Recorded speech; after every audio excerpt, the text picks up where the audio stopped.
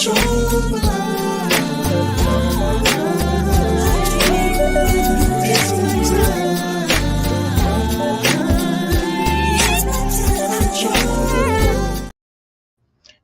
hello, and welcome.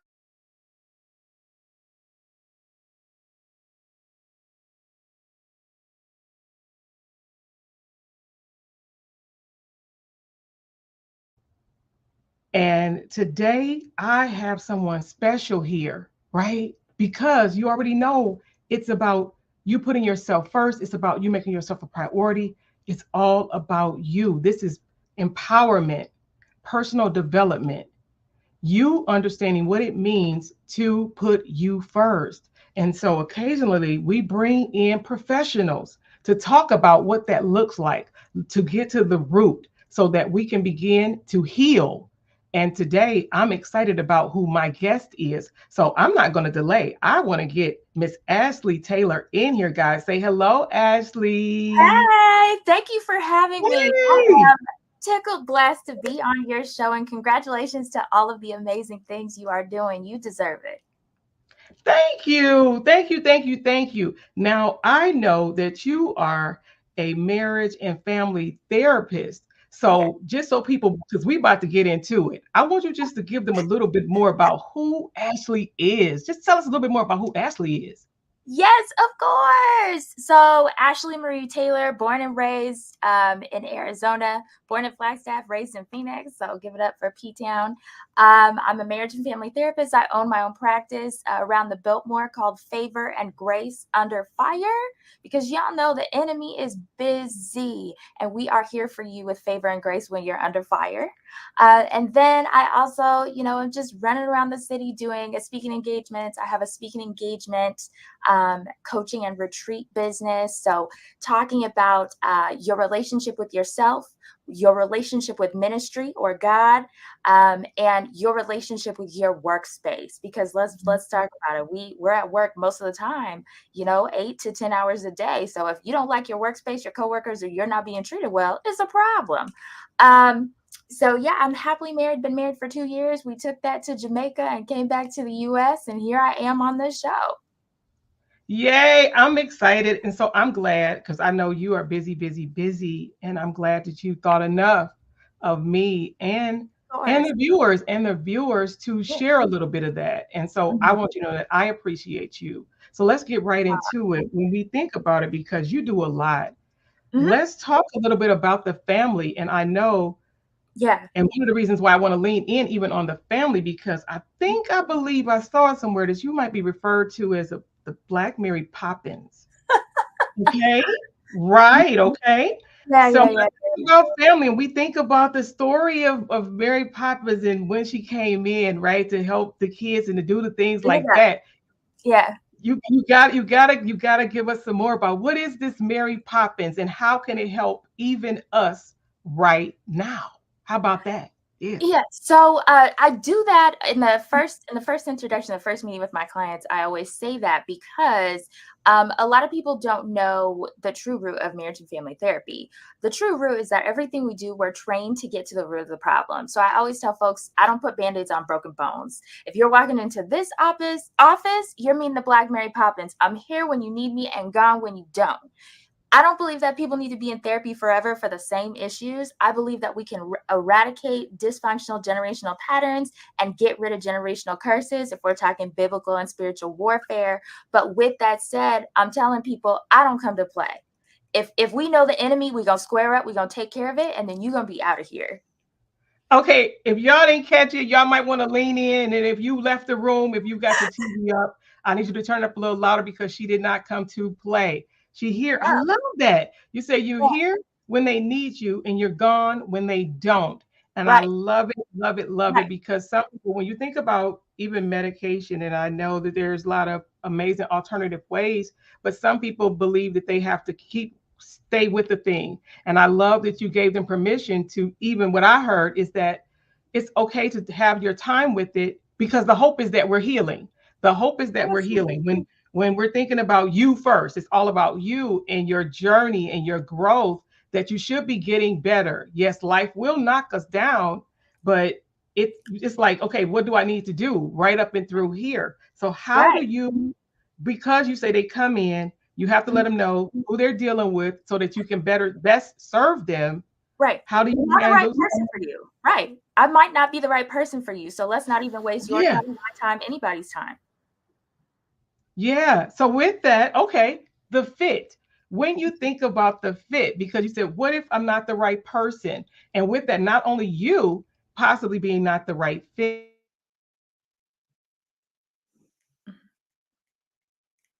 Mhm. Mhm. Yeah. we're supposed to be thick because we're blood.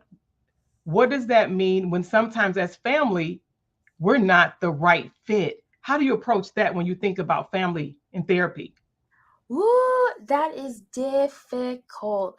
So the thing about family is this, is that families pass actions, thoughts, and behaviors generationally down, right?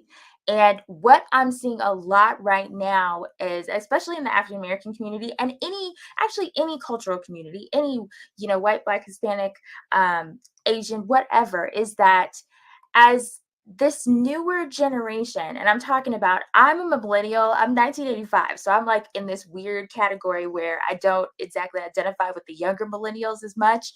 But I would say millennials on, there is this clear separation between how our generations have been brought up with mental health thoughts of, mental health is not weakness. Being strong doesn't mean that you can't share your emotions. Um, talking through changes that we want to make in the family, but that's taboo because we've just been doing this for years and years and years. And come to find out, it's actually, a survival skill for African American people. We have a lot of what Dr. DeGroot calls post-slave trade syndrome, where we've taken survival techniques that helped back then, and we're still trying to do the same things right now. And that creates dysfunction because now we are allowed to be emotive. We are allowed to talk about our feelings, whereas back then, you're not going to do that when you're enslaved. You need to keep going. You need to keep pushing through. You need to be in your fight, flight, or freeze. You don't have the opportunity to emote and regulate and talk through emotions. But we're seeing this strife where we have the older generations that are like, if you tell me that we need boundaries, that's disrespectful. But our generation is like, boundaries are actually showing respect. We're showing that we can be individuals and be autonomous, but still within boundaries, relate and move forward and be emotionally family oriented and supportive versus this, we can't talk about anything, we can't have boundaries, we can't express to you our feelings without feeling like there's some type of offense or you thinking we're weak. There is definitely this cross chasm right now generationally when we talk about mental health. So when people say, blood is thick as thin, very thick, talking about family blood is thick, it gets difficult because what does that mean? So you're my family by name, you're my family by blood, but you don't really care to understand me, know me, support the things that I'm doing because we're so generationally different, especially when it comes to mothers and daughters. There is this need for the mother to understand the daughter, but the mother can't understand the daughter in the context that she's currently moving. The mother wants to understand the daughter in the context of how she was moving when she was that age. So there's a Bowenian theory where he literally just talks about how emotional fusion moves through the family. And emotional fusion is really anxiety, right? But that if we don't allow our family members to emote and be themselves and feel comfortable in our, get-togethers and family spaces, you're going to get emotional detachment. So we call it emotional cutoff, where I'm physically available with my family and at my events, but I don't really share with them my deeper inner thoughts or my vulnerabilities. And I feel like they don't even know who I am. And that's because families get these rigid thought processes of who and what everyone should be doing or feeling. And if it doesn't fit in that comfort zone, it creates fear. Fear of, understanding who my sister is or who my child is or who my husband is, because our brains are a pattern seeking organism, right? So with that said, our brains are used to comfort, which is the pattern, but comfort doesn't necessarily equal healthy. It doesn't necessarily equal healthy family patterns. It doesn't necessarily equal healthy communication. In your communication, you might be someone who, when there's a conflict, you freeze. Which means you might decide to avoid, you might decide to deflect by telling jokes or asking a question of someone who asked you a question so they forget about their question. Or you might repeat back the same thing that they're saying and make it a joke. But you may freeze, where you try to, you literally just don't do anything, don't say anything, and that person's like, hello, are you here? Yeah. These type of defense mechanisms create division, but it's actually because your body is frozen and you haven't worked past that issue. But I see a lot of this stuff happening in families, Shawanna, where it's like, why do we need to talk about stuff? But then you have the younger generations who've been immersed in mental health and how emotional development is positive, and they're like, you're shutting me down, but I'm not going to be shut down by your old style defense mechanisms. So then we have no communication, and to the folks who are used to the older style of communication, they call it disrespectful, right? Because we might be challenging their comfort. But comfort doesn't equal functional. Sometimes it equals dysfunction, and it doesn't equal healthy. Just because you've been doing it or just because your mom did it doesn't mean that right now in 2024 it's healthy and it's going to move your relationships further. So it's an interesting time in our communication space where we really have to look at, are we giving the individual the opportunity to be them? Just because we're from the same blood doesn't mean that we're all going to communicate the same or need the same patterns. But how Because do we then exist in the house when you have, because when you think about fit, and it's not even, it's, yes, we love the word peace, but then there needs to be a sense of harmony. Then that means because everybody have a responsibility. We know that there are plenty of personalities, right? I'm helping people that you got a lot going on. You know me, I'm the second oldest of five girls. So when you think about having sisters, that's a uh-huh. lot going on. Yep. And to understand it, of course, we all have our own different experiences. And it was a few years ago, some things were going on, because we all have dealt with and had to deal with some form of trauma in our life, right? And then we all heal differently, Right. and in different ways and in different times. However, it wasn't even brought to my attention that one of my sisters, we were having a discussion, and when Mhm. we were younger, because of some things that happened to me, I was in my own world. But later in life, she was Dissociated. like, I feel that you left me. Now I didn't physically go anywhere. Emotionally. Yep.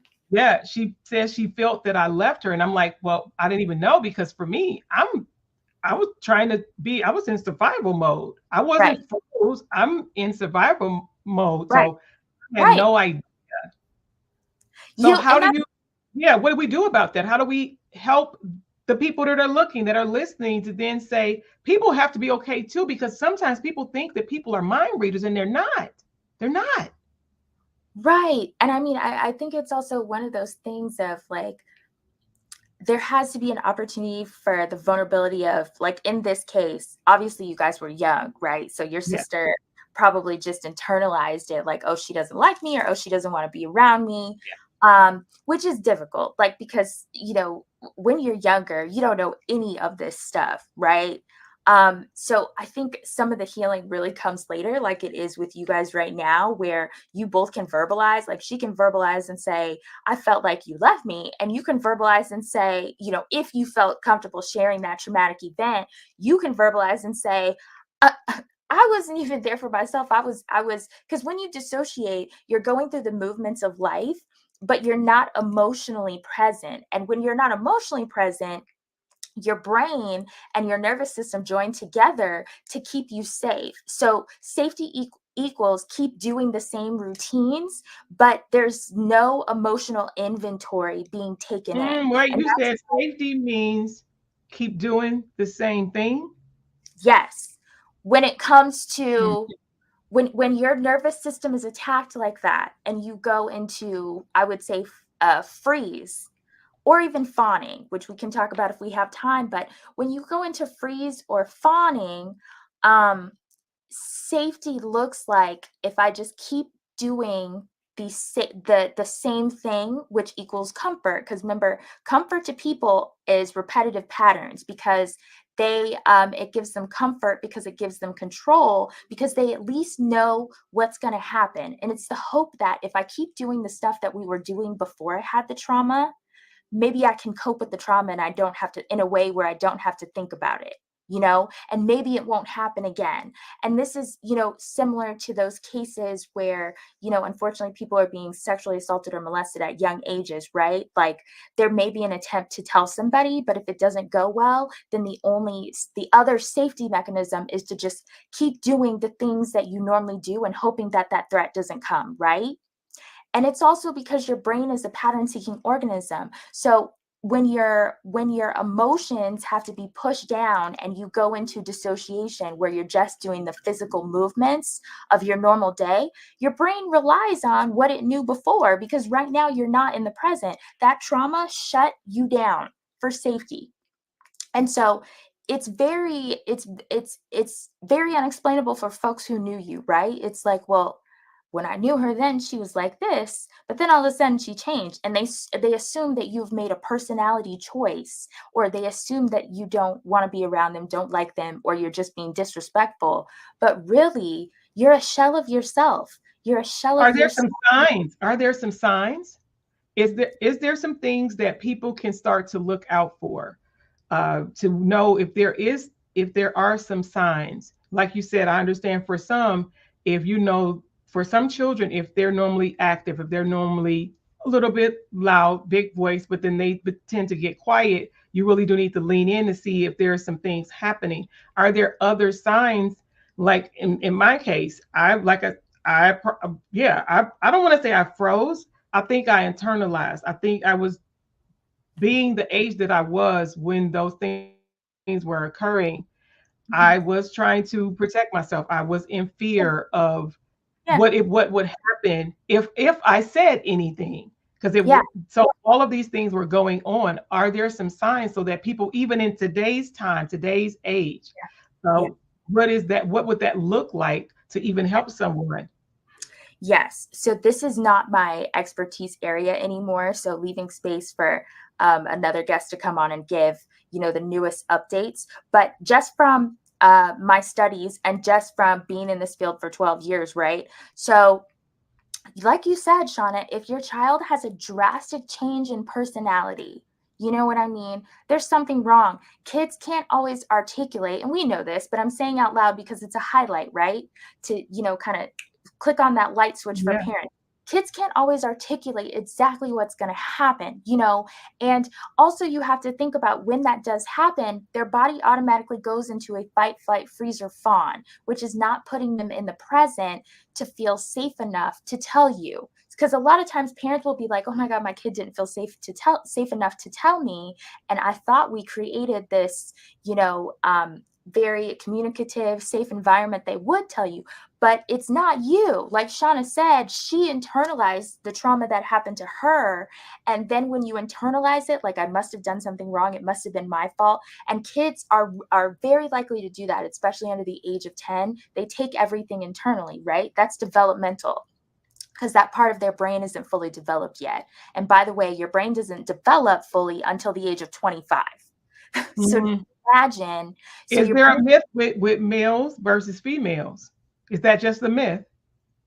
um, shut it, you over here telling jokes, catching me off guard.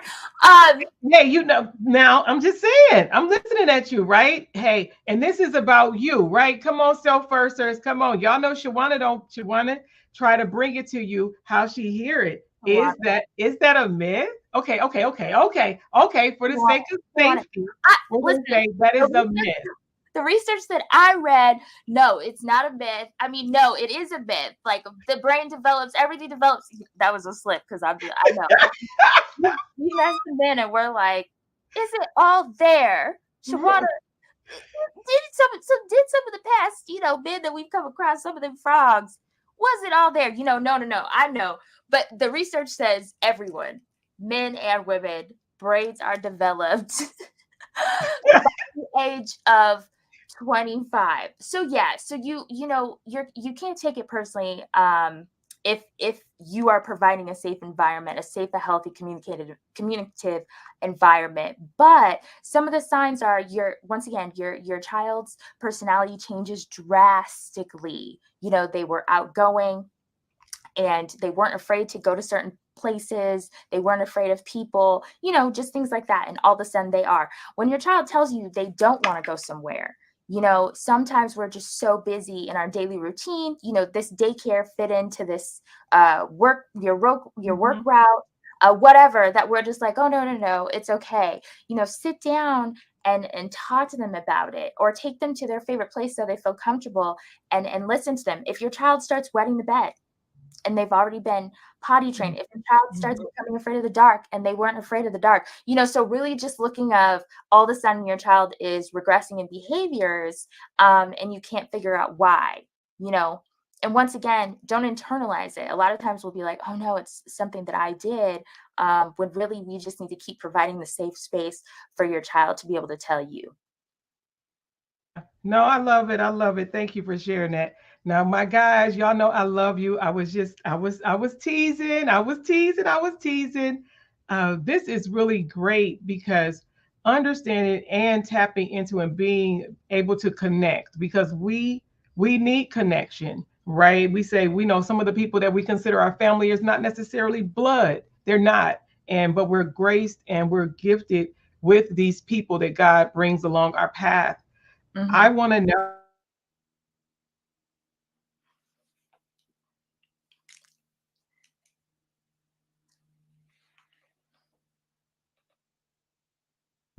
what does that look like in your experience, in your professional experience?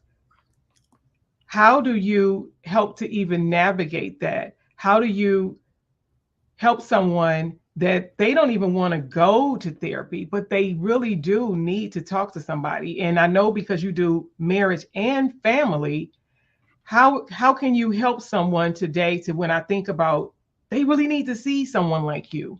Talk to those people for a minute. How can you help them to make it okay to make that phone call? Talk to us for a moment. Yeah, I mean, I think this is a really difficult question. And if you have a relationship with God, this is a huge prayer point. Like, this is, put this at the top of your list, and, honestly, ask God, to shepherd this experience, that this person feels safe enough to go to see a therapist. If they're also a believer, sorry, look at the enemy trying to get my voice. Rebuke that in the name of Jesus. Jesus, amen. But anyways, if they are a believer, maybe help them find some Christian therapists. Maybe help them look for a therapist, and maybe just email it and be like, what are your thoughts? Have some soft conversations, meaning, check your tone, check your own emotionality, make sure you're regulated, where you're just tossing out the suggestion of getting some help, going to therapy. Maybe asking circular questions around, like, what are their long-term beliefs about therapy? Where did they get those beliefs? If you know anybody who's gone to therapy, give what we call a displacement story, a story about somebody else's experience, or if you have your own testimony. But especially in different cultures, the communal okay, goes a long way. So This is why word of mouth is huge. So if you have a personal testimony, or you can get somebody else who has a personal testimony to talk to them, or you can share that, that's always good, because we feel better. We want to shop at the store that our friend or our families are like, oh yeah, you can get a good deal there, or yeah, they have quality clothes. So word of mouth is huge. And also just maybe explore, like, is it the difference of a therapist and coach? Because some people are stuck and just want a simple game plan. Um, but other people's never want to deal with this ever again. So a therapist who can get to the root of the problem and eradicate those dysfunctional patterns would be good for that as well. But it's so hard, but patience is key, right? Because those of us who have gone to therapy, we understand and know the transformation, and we so badly just want that for our family member. But our patience is coming from the understanding that it's simply fear of, sometimes what they're going to uncover. Because a lot of times our traumas, we don't fully remember everything that happened, and the missing pieces, it creates fear. And there's two options of how to deal with fear. You're going to either face everything and rise, or forget everything and run. And so your family members right now are forgetting everything and running. And that may not even be a conscious choice, because once again, as soon as your nervous system spots a trauma, it goes into fight, flight, freeze, or fawning. And fawning is usually when there's some type of power differential, and instead of you speaking up and saying what you would want to say, or you doing what you would want to do, you actually decide to do the things that you've been doing because it creates safety. So, like fawning, like, oh, why didn't I say anything? Or, why do I keep going to this family dinner and everybody just picks on me? It's because you're trying not to get any heat from the authority figure or the power differential. You're trying not to make anybody upset. So things keep happening, or you're trying not to rock the boat, but you end up becoming emotionally or physically cut off anyway. So this is why attending a boundaries class or reading a boundaries book is really helpful, because it'll help you understand that you silencing yourself is not making you feel better. Sometimes it can create emotional dis-ease, which creates physical disease. So anyway, just looking at that mindset of, I think also I talk a lot about with my clients, like, understanding the personality of the person that you're talking to, because a lot of times we communicate with folks the way we would like to be communicated with. This is kind of like the love languages. Like, we give people the love languages that we like, but it's not necessarily what's meeting their unmet need. So it's like, how does this person like to be communicated with versus how you like to be communicated with? Some people really love a full on thoughtful conversation first, of a hello, how are you? You knowing an intimate detail or something specific about their life, like coworkers, I'm always like, hey, I heard you had a flat tire. If that was the case, is everything okay? They want to have a full on conversation and connection before you talk about business, right? But other people, they just want you to get straight to the point, right? So it's a bullet pointed, hey, we have a meeting tomorrow. I need these stats, I need these statistics, and I'll see you then. Some people just want a general overview. You don't have to give them all the information. You don't even have to give them eye contact, and they're good. And other people, they want the presentation to be stylish, entertaining, fun. Let's put some music on it. Let's put some colors on it. So it's like, who are you talking to? Someone who likes fun and excitement, you know, are you going to them and saying, yeah, therapy, you're going to come out not feeling good sometimes, or maybe that's their worst fear. I don't know. But really taking a look at the person that you're communicating with, and then being strategic about how you help them change the negative mindset or thoughts about therapy, or even talking through their fears. Some people just bottle everything up, and it's the fear is becomes so catastrophized in their head, or maybe there's some shame, blame, and guilt about what they even need to talk about, and they're even embarrassed to tell a therapist. You know, so many deep roots to people. People are just like these trees with all these roots underneath that we can't even see. So it really just depends. But the best advice is really taking a look at the person, trying to understand who they are, maybe observing in other social settings how they respond best to people, and going that route. Yeah. This has been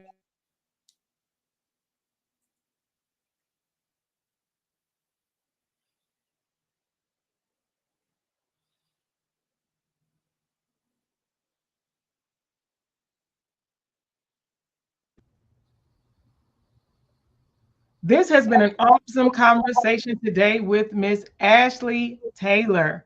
Mrs. Ashley Taylor, that's right. She's new. I think she still can be considered to be a newlywed, right? We Mhm. definitely appreciate you lending your expertise to the conversation today about you first, because it's all about you, and you, and whether you, because I do love how you broke down even talking about fawning, because that's not something that people talk about. We call it something else, and you stressing the fact of the boundaries. That is so important. And I know for some people, like we hear that all the time, but the reason why we have to keep talking about it is because it's not being done. And if everybody take the time to know what that looks like and feel like for themselves, then we all will have a better understanding of even each other. And Right. so I just want to know, and I just want to appreciate you for this conversation today. And is there anything else that you would like to leave with our viewers today, Miss Ashley? Yes, yes, I agree with the statement of put yourself first.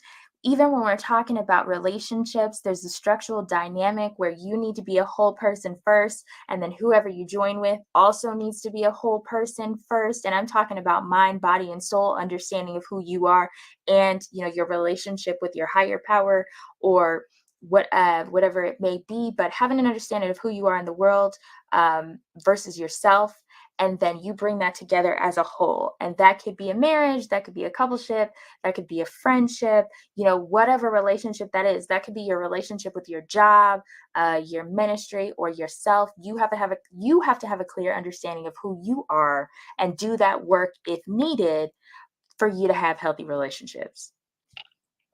It was a beautiful Love time. it, love it, love it, love it, love it. Thank you so much. Thank you so much, Ashley, for stopping by the You First. Look, this is our virtual couch, and we appreciate you. Ashley, don't you go nowhere. Let me get them out of here. Let me get them out of here. Hey guys, this again is Shawanna Kennedy. I want you to know that it is about you. And I don't just say that, it's not just a cliche. In order for us to be of greater service to ourselves, how about that? We're going to start with us. Remember, this is the space, this is the place that it gets to be all about who? The who is you. And not only when you know, because you heard that talking about who do you believe in, right? If you know that there is a higher power, that there is God, if you're a person of faith, you have to understand that you are the gift. And remember that you are the gift, and that gift needs to be tended to. And whether that's through some form of therapy, you taking time away, you having the courageous, uncomfortable conversations with yourself, then I am asking you, I am challenging you to do those things today, because we're not promised a tomorrow. And I want you to be your best self. When? Right now. You already know, you already know. Make sure you are like, sharing, and following. Tell somebody about it. Let them know if they want to talk about themselves. This is that place. I'm your girl, Shawanna Kennedy. Thank you for joining me for another episode of You First. Bye for now.